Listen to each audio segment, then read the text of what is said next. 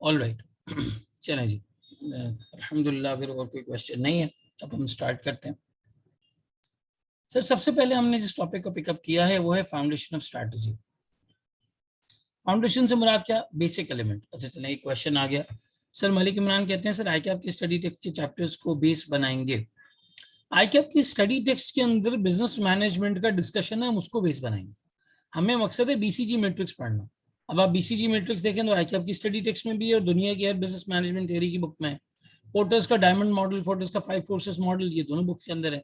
Product development, market development, हमें तो basically उन कॉन्सेप्ट्स को पढ़ना है ना जो कॉन्सेप्ट्स हमारे सिलेबस में शामिल है।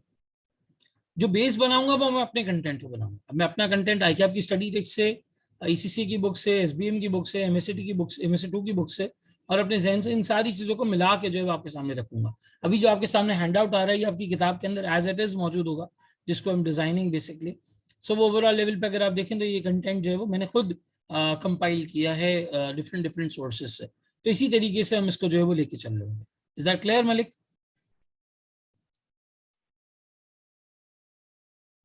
समझ आती है बात? ऑल राइट, ठीक है। सबसे पहले बात करते हैं द वर्ड स्ट्रैटेजी के बारे में। ये वर्ड समझ आएगा तो फिर हम बाकी बात कर सकेंगे। सर क्या लास्ट क्लास में हमने डिस्कस किया था? बिल्कुल किया था। सतही लेवल पे लास्ट क्लास में हमने थिंकिंग स्ट्रेटेजिकली के अंदर स्ट्रैटेजी डिस्कस किया था। लेकिन आज हम पर्टिकुलरली इस वर्ड की बात करते हैं। हाँ भाई, क्या समझ आता है इस वर्ड से? इंटरैक्टिव क्लास होगी, सारे लोग कंट्रीब्यूट करेंगे तो मजा आएगा। थोड़ा सा आप लोगों ने कंट्रीब्यूट करना है। माइक की इजाजत मैंने दी हुई है, कोई माइक खोल के भी बोलना चाहता है और कोई सजेशन देना चाहता है तो बिल्कुल वो दे सकता है। चले भाई बताएं क्या समझ आता है। मलिक इमरान कहते हैं सर स्ट्रैटेजी का मतलब प्लान। Anyone else? और कोई? Plan to execute things. यार तुम लोग तो बड़ी अंग्रेजी बोलते हो। आसान सा कोई मतलब सिंपल सा कोई आंसर दे सके अगर, जो मुझ जैसे गरीब को समझ आ जाए भाई स्ट्रैटेजी का मतलब ये होता है।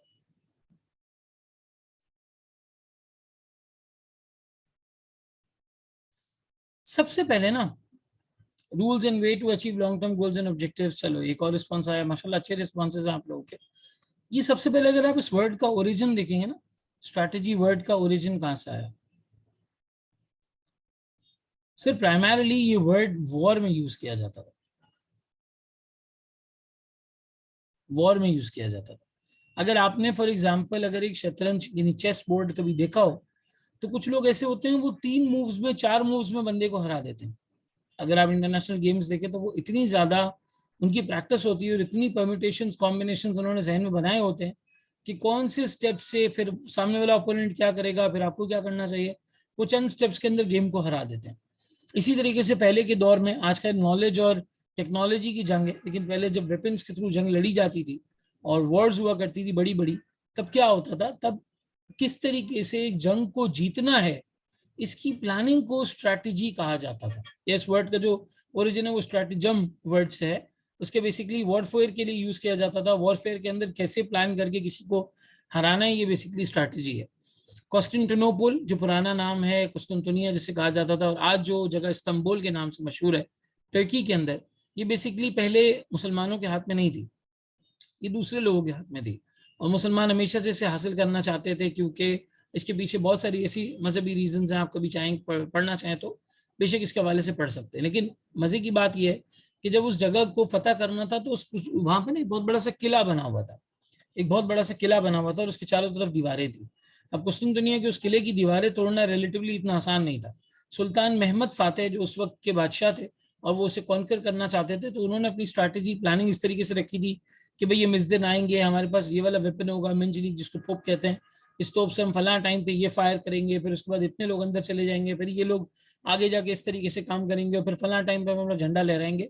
ये पूरी एक स्ट्रैटेजी थी कि पहले हमें इस इलाके से आना है, इस रूट से आना है, ये 3 रास्ते पानी है, एक रास्ता जमीन है। कभी आपको वक्त मिले तो आप लोग पढ़िएगा, बड़ी जबरदस्त केस स्टडी है कि किस तरीके से उन्होंने जो है वो उस जगह को बहरहाल फतह किया था। और कहा जाता है कि हदीस में इसकी प्रिडिक्शन भी मौजूद थी, उसको जो है वो पूरा किया गया था। बेसिकली सल्तनत उस्मानिया का ये वाक़या, 600 साल वो सल्तनत रही। तो पहले के लोग जब ये वॉरफेयर के अंदर होते थे, वॉर्स के अंदर होते थे, तो वहां पे जो एक पूरा प्लान बनाया जाता था उसको स्ट्रैटेजी कहा जाता था। ठीक है। सो एक स्ट्रैटेजी कभी भी शॉर्ट टर्म नहीं होती।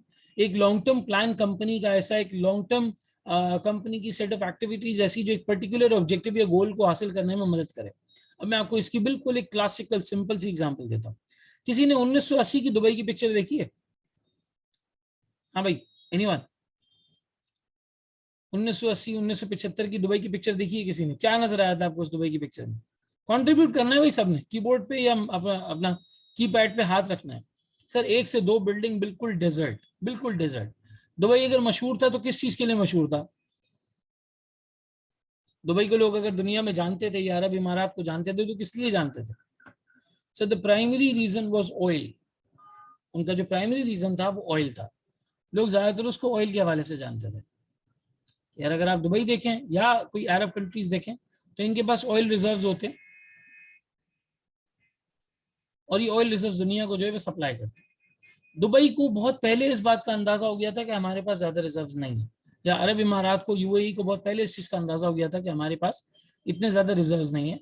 दे are ultimately going to finish up. एक वक्त आएगा ये खत्म हो जाएंगे, सही।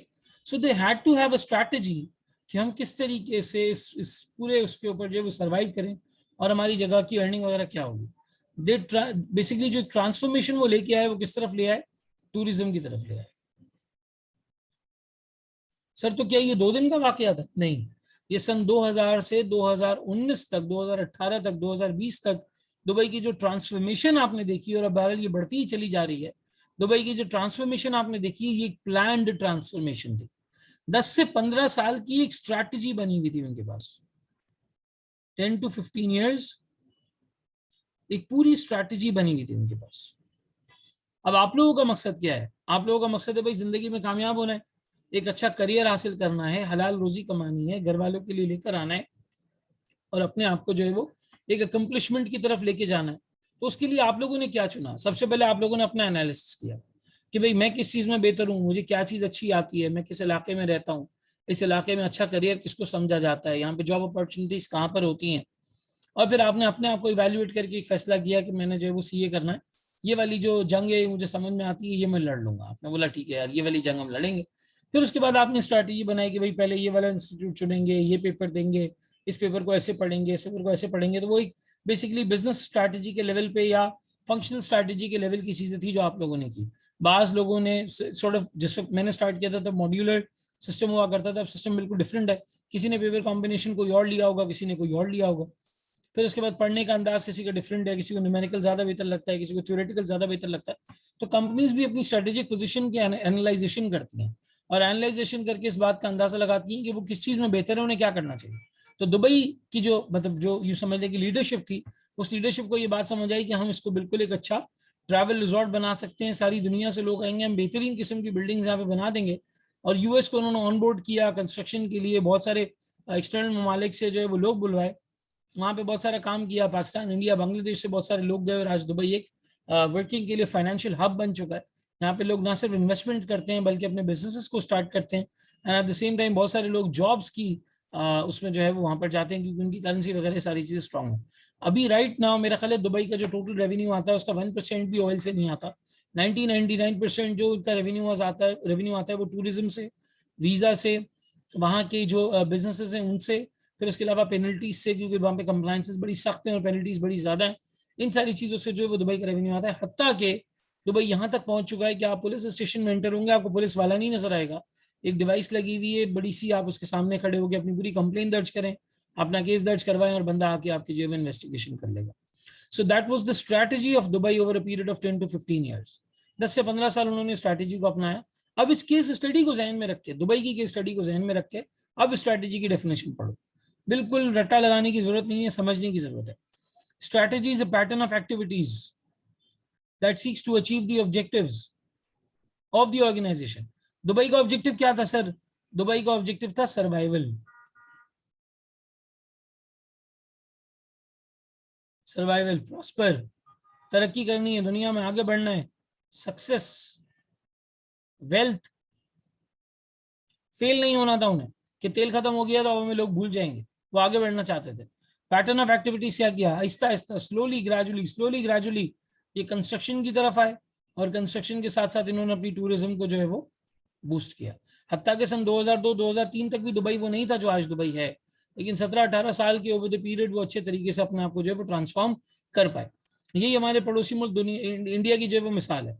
जिस हिसाब से इस वक्त इंडिया में इन्वेस्टमेंट्स आ रही हैं, लोग काम कर रहे हैं, नए नए प्रोजेक्ट्स आ रहे हैं, नए नए बिजनेसेस आ रहे हैं, अरबों रुपए की फंडिंग वहां के स्टार्टअप्स लेकर आ रहे हैं। उनका मकसद यही है कि बाय 2040 हमें इतना मजबूत हो जाना है कि हम चाइना के सामने आंख से आंख डाल के बात करें। ये इनके हिडन ऑब्जेक्टिव्स में से एक बात है। आके बेशक वो टीवी पे ये बात बोलते नहीं है, मीडिया पे बोलते नहीं है, लेकिन बड़ा क्लियर कट है कि वो प्लानिंग कर रहे हैं अगले 20 साल की कि हमें कुछ ऐसा करना है कि हम चाइना के सामने उसकी आंख में आंख डाल के बात करें। हमें चाइना से डरने की जरूरत नहीं है, क्योंकि हमेशा से चाइनीज का और इंडियंस का कोई बहुत अच्छा रिलेशनशिप बैकग्राउंड जो है वो रहा नहीं है। ठीक है। Achieve the objectives of the organisation, adapt its scope, resources and operations to environmental changes in the long term। Long term में वो कोई ऐसी चीज, कोई ऐसा प्रोडक्ट, कोई ऐसा सिस्टम लेकर आ जाएं कि वो उनकी कोर ऑब्जेक्टिव्स को अचीव करने में उनकी हेल्प करे।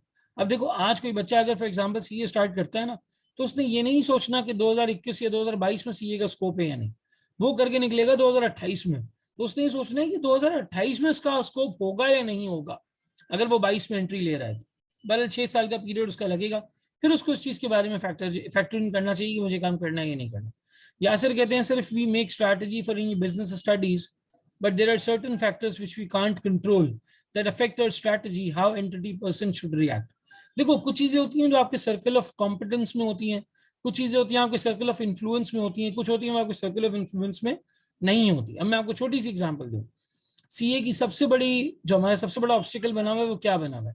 सबसे बड़ा ऑब्स्टिकल हमारा ये बना हुआ है कि हमारी आर्टिकल्स के जो पोजीशंस हैं उसके अंदर इतने ज्यादा स्टूडेंट्स को जगह नहीं मिलती। अब एक स्टूडेंट है, सीए स्टार्ट कर रहा है, वो बोल रहा है कि भाई ये फर्म में मेरी इंडक्शन होगी नहीं होगी, मुझे अच्छी जगह मिलेगी नहीं मिलेगी।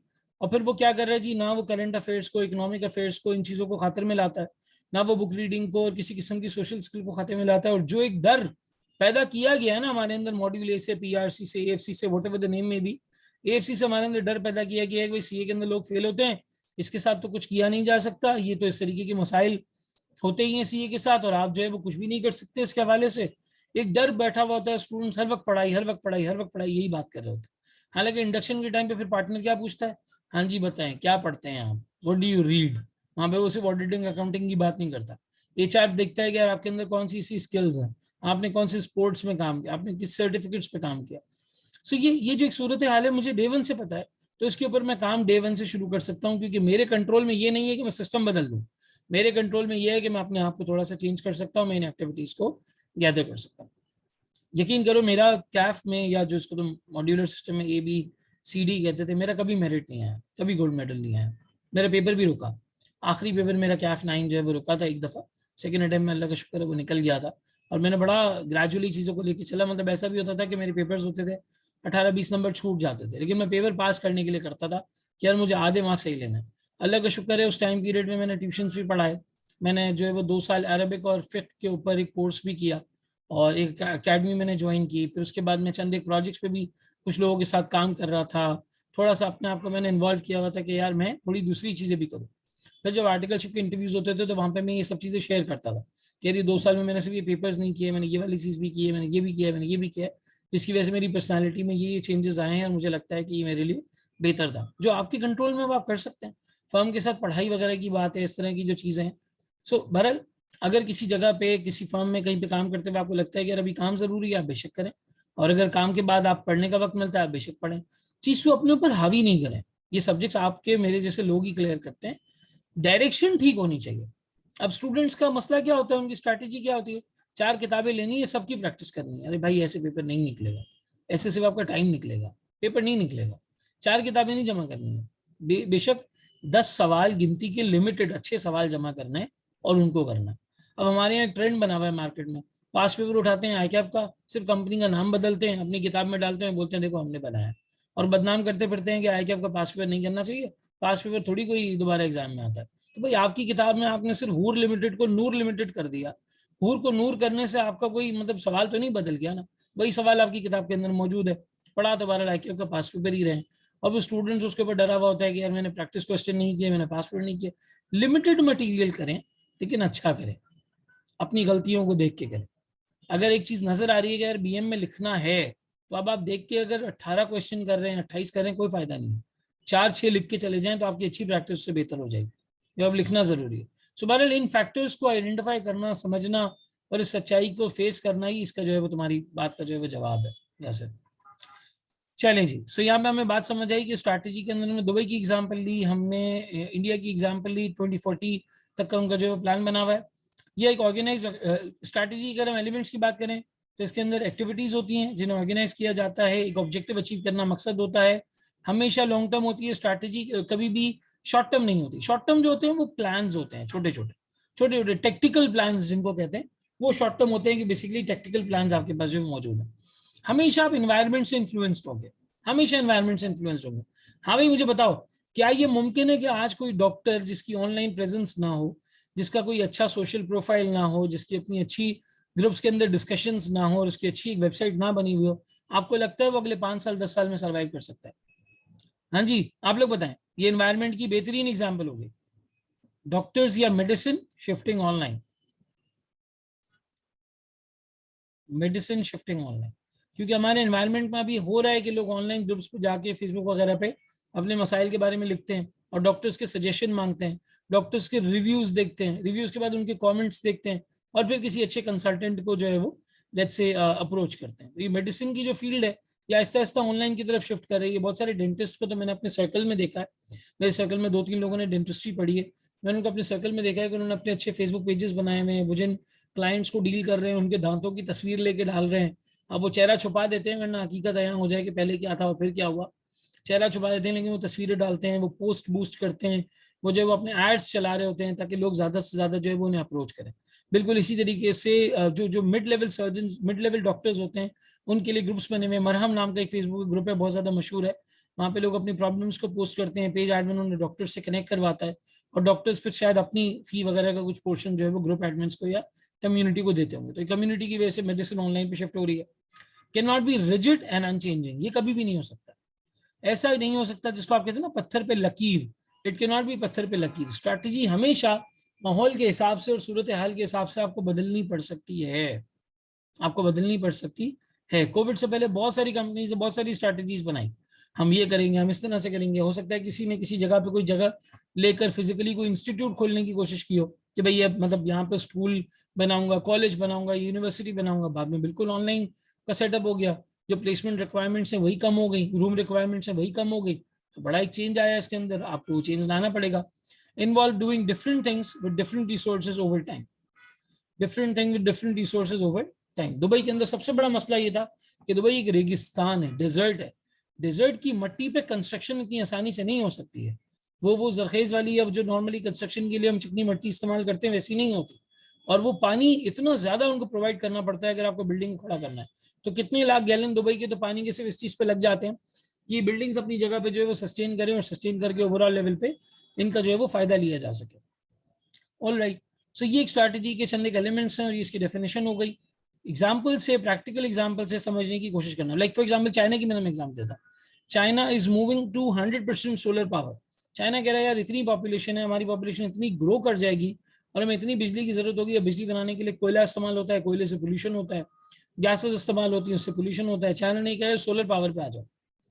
जो धूप से बिजली बनाने का मैटर है या पानी से बिजली बनाने का मैटर है, renewable energy resources they are extremely good, very good. ये बहुत अच्छे रिसोर्सेज हैं और इनसे बड़ा अच्छा जो है वो आपको एक आउटपुट मिल जाता है। सही समझ में आती है बात। चाइना ने उसके क्या, उसके लिए क्या किया जी, वो हम सोलर के थ्रू जो है वो बिजली बनाएंगे। अब सोलर का सबसे बड़ा ऑब्स्टिकल क्या है, दिन में होता है रात में होता नहीं, दिन में होता है रात में नहीं होता। तो चाइना ने कहा जी हम कोई मसला ही नहीं है, हम रिजिड थोड़ी हैं, हम इसके लिए एक स्ट्रैटेजी बनाते हैं। उन्होंने क्या किया, उन्होंने एक सोलर पावर स्टेशन, बाकायदा एक इक्विपमेंट स्पेस में इंस्टॉल करने का प्लान किया। भाई रात और दिन तो अर्थ का मसला है ना, स्पेस में तो सन एवरी टाइम मौजूद है, स्पेस में हर वक्त मौजूद है। उन्होंने अर्थ के ऊपर एक इक्विपमेंट लगाने की बात की जिसके अंदर जो है वो बेसिकली इंस्टॉल करके ये सूरज की रोशनी से बिजली बनाए। एंड बाय 2040 2040 तक ये भी कंप्लीट होने जा रहा है। This is also going to be completed by 2040। और वो बिजली को लेकर मतलब एक बिल्कुल टेंशन फ्री होने वाली बात है कि किसी किस्म की टेंशन हो ही ना। सूरज अरबों साल तक खड़ा रहना है इंशाल्लाह ताला वहीं पर, तो जब वैसे ही खड़ा रहना है तो उससे बिजली बनाओ, बिजली बना के इंडस्ट्री को प्रोवाइड करो। अभी रिसेंटली जो कोल के क्राइसिस आए थे, इसकी वजह से पाकिस्तान, इंडिया, पूरी दुनिया की सीमेंट इंडस्ट्री अफेक्ट हुई थी, क्योंकि आपके पास कोल मौजूद नहीं था। पूरी दुनिया की कोई करीबन 7 अरब जो है वो बिलियन टन की रिक्वायरमेंट है कोल की, उसमें से 4 साढ़े 4 तो चाइना को ही जरूरत पड़ जाती है, 5 के आसपास, और चाइना इसमें से तकरीबन 80% खुद भी बनाता है। अब ये रिन्यूएबल एनर्जी रिसोर्सेज और पोल्यूशन और ग्रीन हाउस इफेक्ट और इन सारे मसाइल के नाम पे हमने क्या किया जी, हमने बोला जी ये काम नहीं चलेगा, इसको बंद करो, माइंस को बंद करो। चाइना ने अपनी माइंस को बंद कर दिया। जब माइंस को बंद कर दिया तो पूरी दुनिया परेशान हो गई, क्योंकि कोविड के बाद एकदम से आप अपनी इस सारी चीजों की तरफ शिफ्ट नहीं कर सकते। तो it is always long term, gradual, and over the period आप उसके ऊपर जो है वो शिफ्ट करते हैं, और आहिस्ता आहिस्ता करते करते आपकी पूरी ये जो है वो आपका प्लान जो है वो डेवलप होता है। पाकिस्तान के अंदर कोई सियासत में 5 साल से आगे सोचता ही नहीं है। एक हमारे खान साहब है, 4 साल से एक ही बंदे को पकड़ के बैठे हैं कि इसने करप्शन की, इसको मारूंगा। ये सोच ही नहीं रहे कि पता नहीं मुल्क के लिए कोई प्लान करके जा रहे हैं या नहीं जा रहे। बहरहाल अभी ये केपी के इलेक्शंस में बेचारे हार गए, जो लोकल गवर्नमेंट के इलेक्शंस हुए थे। बड़ा एक शर्मसार मकाम था हमारी जो है वो गवर्नमेंट के लिए। चलें जी, केस स्टडी के बगैर तो हम बात करेंगे नहीं, हमें केस स्टडी करनी है। बड़ा एक सिंपल सा केस स्टडी का पॉइंट आपके सामने। वॉल्टन company extracts and supplies oil and natural gas. ये कंपनी जो oil and natural gas extract करती है और सप्लाई करती है, considering its future business direction over the next 10 years, ये अगले 10 साल के बारे में सोच रहे हैं कि अगले 10 साल में क्या होगा। It is aware that these resources are in limited supply. सबको पता है कि भाई ये जो नॉन रिन्यूएबल एनर्जी रिसोर्सेज है, नॉन रिन्यूएबल एनर्जी रिसोर्सेज हैं, ये एक वक्त आएंगे खत्म हो जाएंगे, they are going to finish, fossil fuel वगैरह खत्म हो जाएंगे। And there is growing public and political concern about the environment. Does the company need to plan? पहले तो ये बताओ कि कंपनी को प्लानिंग की जरूरत है, और अगर है तो इनकी फ्यूचर स्ट्रैटेजी क्या हो सकती है? आप लोगों के जहन में क्या आता है? छोटी सी एक मैंने हिंट दी है यहाँ पे। World is rapidly shifting on solar panels, hydel power generation, electric cars. इस हिंट के बारे में सोचो और इवेल्युएट करने की कोशिश करो कि आपको क्या समझ में आता है, और यहाँ पे आप क्या देखते हैं कि भाई इन्हें क्या प्लान करना चाहिए, इनकी स्ट्रैटेजी आगे होनी क्या चाहिए, किस तरह से इन्हें काम करना चाहिए। I am giving you 3 minutes on the clock, 2 to 3 minutes on the clock. सारे लोग सोचेंगे, जो कंप्यूटर पे टाइप कर सकते हैं वो यहाँ पे अपना आंसर कॉपी पेस्ट कर दो, ठीक है। जो लोग माइक पे बताना चाहें वो हैंड रेज का ऑप्शन यूज करके, मैं नेम कॉल आउट करूंगा, वो अपना हैंड रेज करेंगे, हैंड रेज के बाद जो वो माइक पे वो बता सकते हैं कि क्या फ्यूचर स्ट्रैटेजी हो सकती है। I am giving you 2 to 3 minutes, सोचें बिल्कुल इंडिपेंडेंटली इसके बारे में।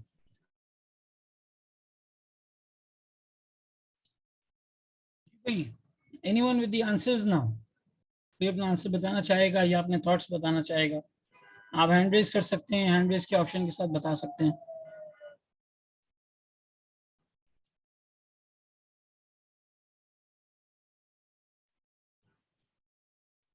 चलिए जी, सो यहाँ पे इस कंपनी की एग्जांपल को अगर हम देखते हैं, this company is right now doing 2 things। 2 चीजें ये कर रहे हैं, ये एक्सट्रैक्ट कर रहे हैं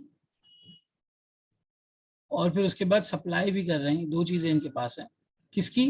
oil and natural gas, oil and natural gas. Practically we know कि ये ऑयल और नेचुरल गैस आगे जाके खत्म हो जाना है, इन्होंने फिनिश हो जाना है, यानी in other words they are not sustainable. ये दोनों जो है वो आपके पास सस्टेनेबल नहीं है। So what could this company do? अब इनका फ्यूचर मूव क्या होना चाहिए, या ओवर द लॉन्गर पीरियड कि किस तरफ शिफ्ट कर सकते हैं? यासिर कहते हैं sir, in order to maintain the future operations in continuous profitability, the company में diversify its business towards solar system and other renewable energy resource. Excellent response. ये कंपनी क्या कर सकती है? ये कंपनी डाइवर्सिफाई कर सकती है, या begin, it can begin with at the same time with renewable energy resources। जिस कंपनी ने आज तक ये काम किया उसके बाद प्रॉफिटेबिलिटी भी होगी, रिजर्व्स भी होंगे, वो उन रिजर्व से, प्रॉफिटेबिलिटी से टीम तैयार कर सकते हैं, और टीम तैयार करने के बाद सोलर पावर प्रोवाइड करने के बारे में, या हाइडल इलेक्ट्रिसिटी जो है वो बनाने के लिए इस तरह का इक्विपमेंट प्रोवाइड करने के बारे में, इस तरह के मल्टीपल बिजनेसेस के बारे में जो है वो सोच सकते हैं। और ये बड़ी एक ग्रेजुअल ट्रांसफॉर्मेशन होगी, एक दिन में नहीं होगी, ग्रेजुअल ट्रांसफॉर्मेशन होगी, एक दिन में नहीं होगी।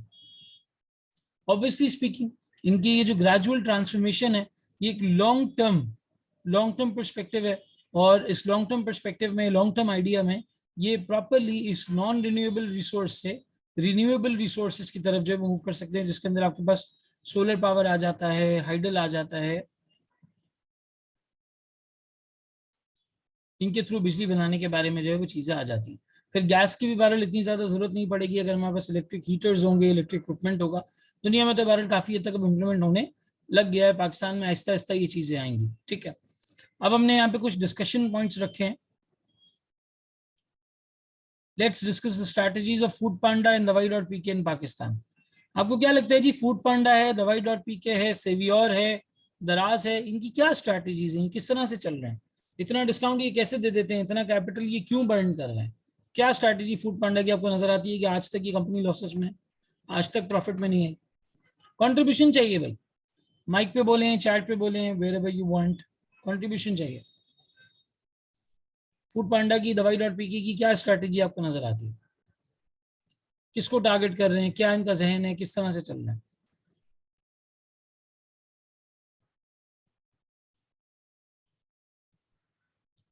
ऑल राइट, सो मलिक कहते हैं earn in future when the people will become edict of using these channels. बिल्कुल सही बात है। दवाई.pk आप ले लें, फूड पांडा ले लें, लेकिन फूड पांडा ने वक्त के साथ साथ इस चीज को रियलाइज किया कि पाकिस्तान में ग्रोसरी डिलीवरी की भी चीज को लाया जा सकता है। या आहिस्ता आहिस्ता इसने सिर्फ अपने आप को फूड तक महदूद नहीं रखा, ये ग्रोसरी को भी ले आया। दवाई.pk ने यही काम फार्मा के ऊपर किया, दराज ने यही काम इलेक्ट्रिकल इक्विपमेंट, इलेक्ट्रिकल अप्लायंसेस के लिए किया। तो अभी इनके पास हेवी कैपिटल मौजूद है जिसको ये बर्न कर रहे हैं। बिल्कुल एक्सीलेंट पॉइंट। अब बताओ भाई, एप्पल और सैमसंग की स्ट्रैटेजी में क्या फर्क नजर आता है? एप्पल किस तरह चलता है, सैमसंग किस तरह चलता है? बिल्कुल अमीन सही कह रहे हो सर, इनका लॉन्ग टर्म ऑब्जेक्टिव है कि बड़ा मार्केट शेयर लेना चाहते हैं। फरीना कहती हैं सर टारगेट नीश मार्केट, ये एप्पल के बारे में गालिबन आपने कहा होगा, सही है? एप्पल नीश को टारगेट करता है, सैमसंग नहीं करता नीश को टारगेट। देखो अगर आप स्ट्रेटजी वाइज समझो ना तो बड़ा फर्क है दोनों में, बहुत फर्क है। अगर मैं एप्पल और सैमसंग का मुवाजना करूं,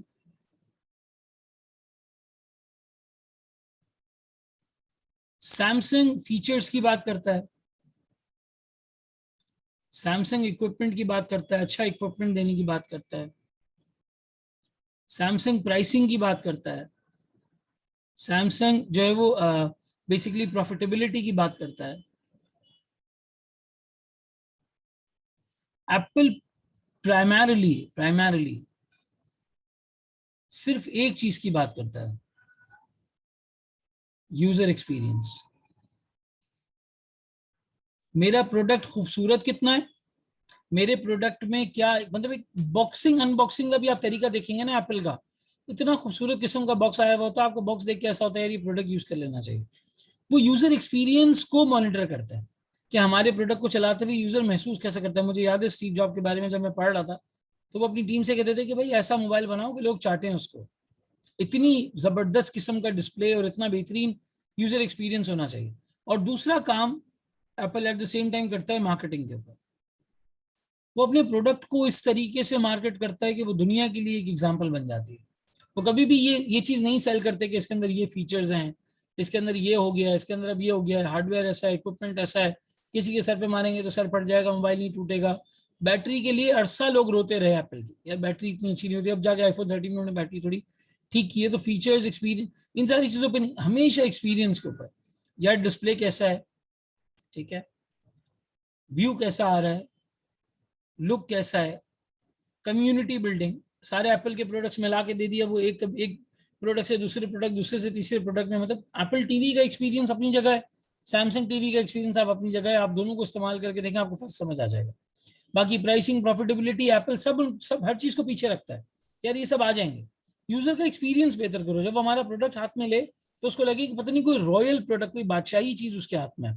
खैर अब स्टीव जॉब के जाने के बाद ये काफी बदल चुका है और अब इनका भी फोकस जो है वो सैमसंग की तरह ही शिफ्ट हो रहा है। मुझे बताओ यूएसए और चाइना, ये दोनों अपनी इकोनॉमिक डेवलपमेंट के बारे में कैसे सोचते हैं, क्या स्ट्रैटेजीज होती हैं? यूएस की क्या स्ट्रैटेजी है और चाइना की क्या स्ट्रैटेजी है, जल्दी से एवरीवन।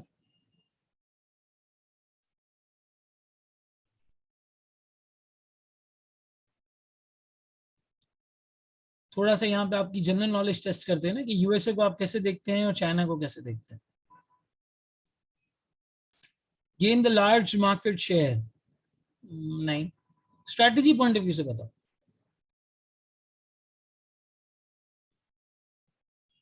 चलो मैं आज तुम्हें ये दोनों चीजों का फर्क बताता हूँ। यूएस तो, और आप अगर अग्री ना करते हो तो मुझे प्लीज बताइएगा। यूएसए की जो स्ट्रैटेजी होती है हमेशा से वो होती है भाई रिसर्च करो, डेवलप करो, इनोवेट करो, प्रोडक्शन नहीं प्रोडक्टिविटी हो, अच्छी से अच्छी इन्वेंशन, अच्छे से अच्छा बिजनेस आइडिया, अच्छे से अच्छा बिजनेस मॉडल, अच्छे से अच्छा प्रोडक्ट वहां पर आए, ठीक है। रिसर्च और फर्स्ट मूवर, हर चीज में हम सबसे आगे हो, सबसे पहले हो। चाइना की अगर मैं इसके बरक्स बात करूं, चाइना क्या कहता है, कॉपी करो, कुछ भी रिसर्च करने की जरूरत नहीं है। रोल्स रॉयस की भी उन्होंने कॉपी निकाल दी है अपने पास, कॉपी करो, इनोवेट करने की जरूरत नहीं है, क्वांटिटी लाओ, इतनी क्वांटिटी में प्रोड्यूस कर दो कि दुनिया तुमसे खरीदे। प्रोडक्टिविटी नहीं चाहिए, प्रोडक्शन चाहिए। प्रोडक्शन मीन्स बेहतरीन क्वांटिटी चाहिए, प्रोडक्टिविटी नहीं। हमारा प्रोडक्ट हो, उसका प्रोडक्ट हो, कुछ भी नहीं, प्रोडक्ट खरीदो, खोलो, समझो क्या हुआ है उसके अंदर, और कॉपी करके अपना प्रोडक्ट बना के बेच दो। लेकिन इतना सस्ता बनाओ, इतना सस्ता बनाओ, इतना सस्ता बनाओ कि लोग आपसे खरीदें। चाइना जाता है चीप होने पर, चीप हो जाए और सारे लोग हमसे खरीदने के लिए जो है वो राजी हो जाए। उसका सारा फोकस इस चीज के ऊपर है। वो मार्केट मतलब इनोवेटर नहीं है, फर्स्ट मूवर नहीं है, फॉलोअर है। China follows. और इसकी सबसे बड़ी हकीकत, इसकी सबसे बड़ी हकीकत यह है कि आज चाइनीज एम्बेसी के बाहर लाइन नहीं लगी हुई होती, यूएसए की एम्बेसी के बाहर लाइन लगी हुई होती। लोग एक एक डेढ़ डेढ़ साल यूएस के इंटरव्यू का वेट करते हैं। आपने कभी किसी को सुना कि इसने चाइना की वीजा के लिए अप्लाई किया था, 1.5 साल से वेट कर रहा है, और चाइना की वीजा के लिए अब वो कॉल करेंगे और उसको बुलाएंगे? नहीं, चाइनीज एम्बेसी के बाहर लाइनें नहीं लगी। China is already copy trading, copy trade, वो कॉपी करता है, कॉपी करके चीज बनाता है, चीज बना के निकाल देता है, इतनी क्वांटिटी में निकालता है। और वहां पर जो उनका एक एक तरीका स्टाइल है, जनरल पब्लिक के पास ज्यादा राइट नहीं है बोलने के लिए, इतना फ्रीडम नहीं दिया हुआ उन्होंने अपनी पब्लिक को। वन पार्टी है, वन पार्टी का हिसाब किताब है, सारा कुछ वही देखते हैं। बाकायदा उन्होंने अंदर खाते में अजीब अजीब किस्म के निजाम रखे हुए हैं। कोई कुछ बोल नहीं सकता, चुपचाप घर से निकलना है, काम करना। किस तरीके से जिंदगी गुजारेंगे, क्या होगा क्या नहीं होगा, एवरीथिंग इज कंट्रोल्ड।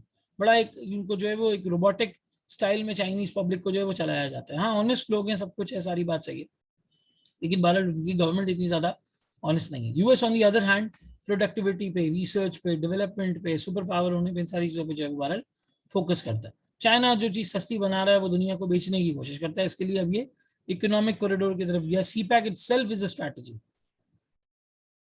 ये जो सी पैक इसने किया है, इस सी पैक की वजह से करना क्या चाहता है, जितने भी इस तरह के डेवलपिंग कंट्रीज हैं,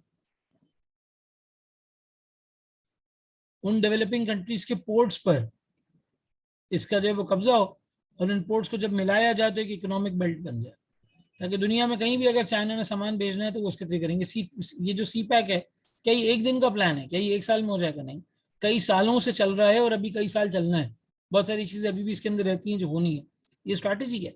आप जिंदगी में जो काम करते हैं उसके लिए आप एक प्लान बनाते हैं, उसके लिए आप एक स्ट्रेटेजिक प्लान बनाते हैं। सो बेसिकली उस ऑब्जेक्टिव को अचीव करने के लिए जिस प्लान को फॉलो किया जाता है वो स्ट्रैटेजी के जुमरे में आता है। अब इन एग्जाम्पल से काफी हद तक आपको आइडिया हो गया होगा।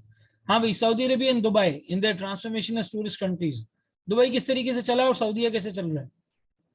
जल्दी से नीड कमेंट्स, डिस्कशन कर रहे हैं हम, आप लोगों के कमेंट्स चाहिए इसके ऊपर।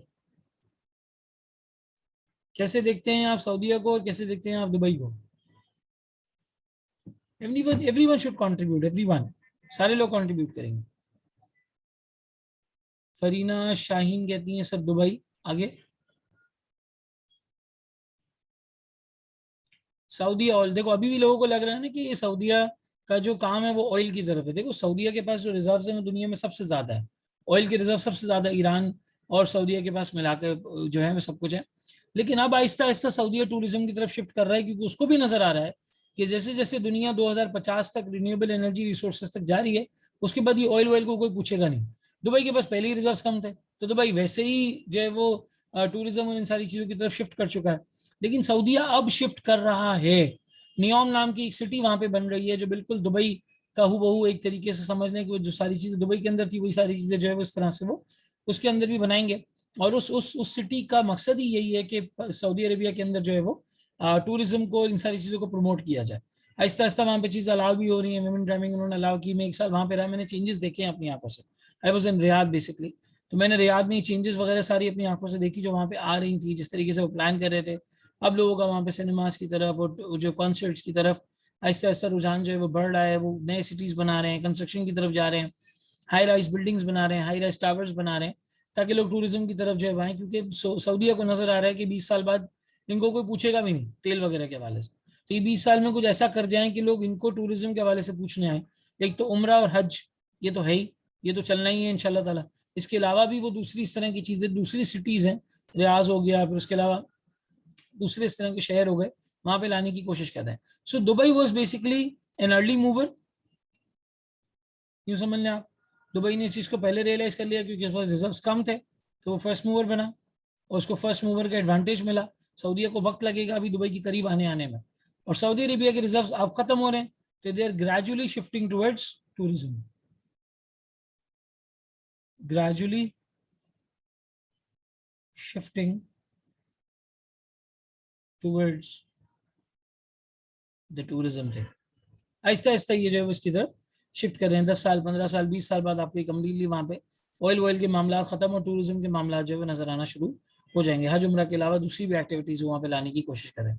और हदीस में भी आता है कि जो चरवाहे थे, अरब्स वर बेसिकली शेफर्ड्स, चरवाहों के बारे में आता है कि इनकी बड़ी बड़ी इमारतें होंगी, बड़ी बड़ी बिल्डिंग्स होंगी। तो आज वो वक्त आ गया है, आप अरब इमारात जाएं, आप सऊदी अरबिया जाएं, बड़ी से बड़ी बिल्डिंग होती है तो वो अरब के किसी इलाके में दिखती है, यानी दुनिया की सबसे बड़ी बिल्डिंग।